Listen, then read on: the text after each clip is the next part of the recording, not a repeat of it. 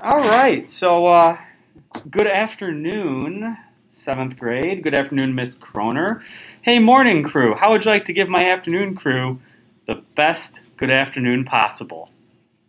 Good afternoon. Good afternoon. That's lovely. All right.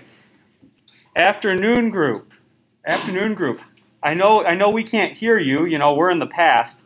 But afternoon group, would you say your best good afternoon possible to my morning group? That was perfect. Nicely done. All right, so we're getting back into a project that we started yesterday. The brass tacks of this is that we're going to define our new organic shapes. I'm going to work out of order here because that's how it goes, but hang in there.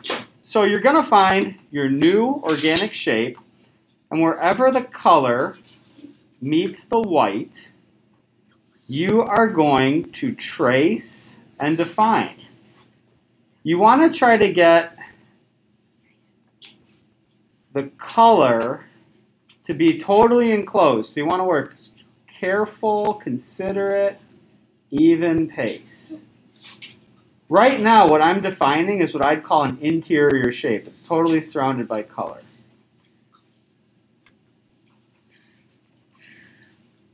Sorry, I don't have a story to tell yet. The story will come. So, obviously I'm not gonna, like I messed up there. Oops. Do your best. Practice self-compassion. I'm gonna work and I'm gonna kind of like close in all these shapes. After I close in all the shapes, what I'm going to do is I'm going to go back in and I'm going to add some designs. I'm going to enhance my negative space. The negative space is everything that doesn't have any color on it right now. I have a few Zentangle designs that I know that I'm going to use, but what I want you to know is that in the Google Classroom, I've got a set of resources for you. So you may want to check that out if this is new to you. You can always draw on, pun, something we did earlier in class. So if you'd like, you could contour, curve, contour in, and kind of like use the line-based design principles we learned in our first week of class. That's always allowed. If you don't like the initial contours of your shape, you can always set your own starter lines. That's always allowed. So I'll start a starter line here, there, yeah. And then I'll just kind of contour it in. What we're doing here is we're kind of just trying to ride the wave a little bit. Drawing is a lot like a marathon. If you pick something super difficult, it's like you're starting in a dead sprint, and you're going to run fast for a little bit, but ultimately you're going to tire out or get frustrated and give up. And it's almost like, I don't know, my whole thing is live to fight another day. So, if you're still kind of getting into this whole drawing thing and you got to maybe work a little slower or a little easier, that's okay. And remember, every day is different. Some days, you get a good night's rest, you're ready to draw. Other days you're wiped out, you're like, oh my gosh, I can't do this. So obviously, I'd fill in this whole thing. I'd just keep going with the line-based design. In the spirit of, time management, what I want to do is maybe like show you how to do a Zentangle in another section. All right, so we have to pretend, we have to put on our imagination hats.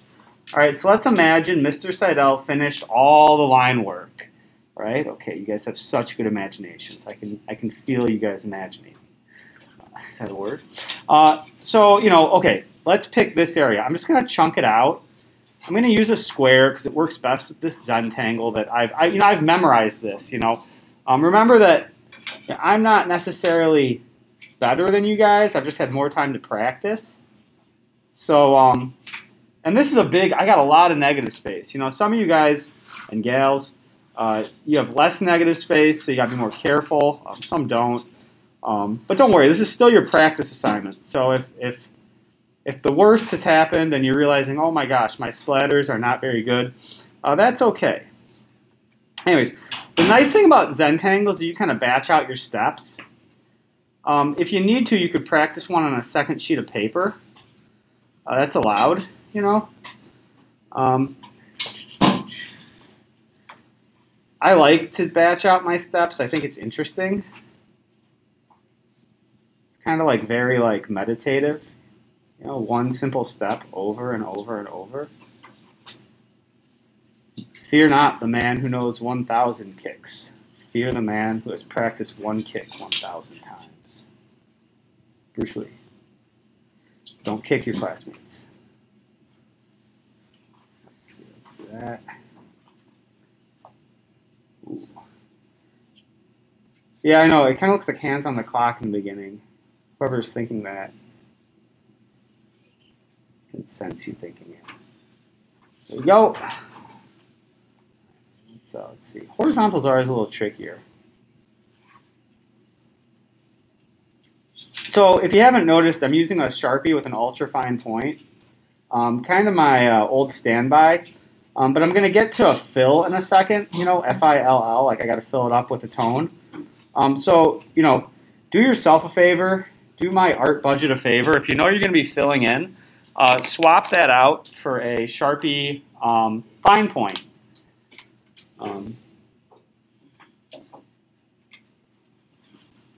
Go. I can do this demo fast, or I can do this demo well. I think I've chosen speed.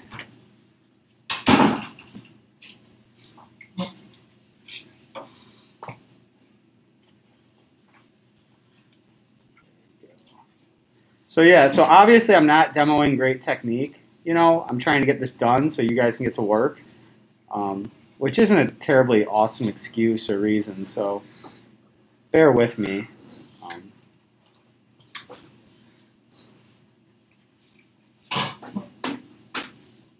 There we go. All right. So yeah, so like, and obviously I'd keep going, I'd keep working, I'd keep filling the space up. I wonder, ooh, idea, a wild idea has appeared. I can make this whole thing pop off.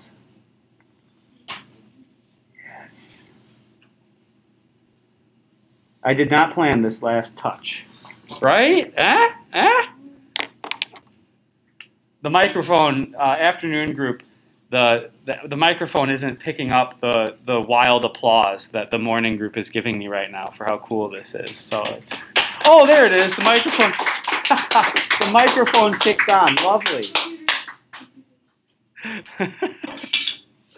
Oh man.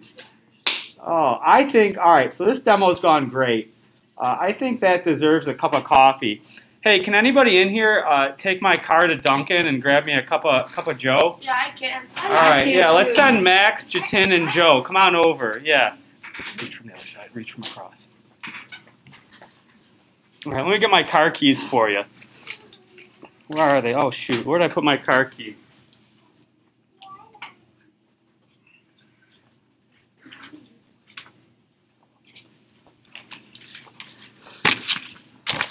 Oh man, I really did lose my car keys. Oh, here they are. I found them.